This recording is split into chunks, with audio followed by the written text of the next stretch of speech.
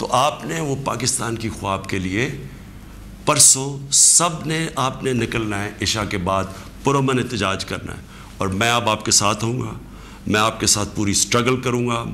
मैं किसी सूरत तस्लीम नहीं करूंगा कि किसी किस्म की इंपोर्टेड गवर्नमेंट इस मुल्क के ऊपर मुसल्लत की जाए। पाकिस्तान पाइंदाबाद।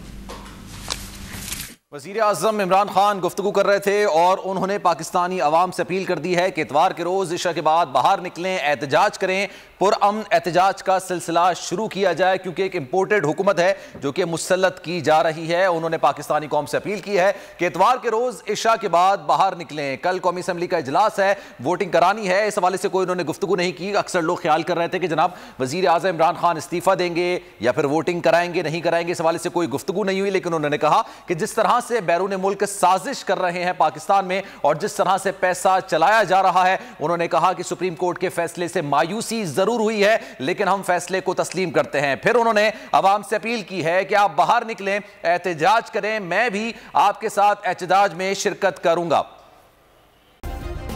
सब्सक्राइब करें और बेल दबाएं ताकि कोई खबर रह न जाए।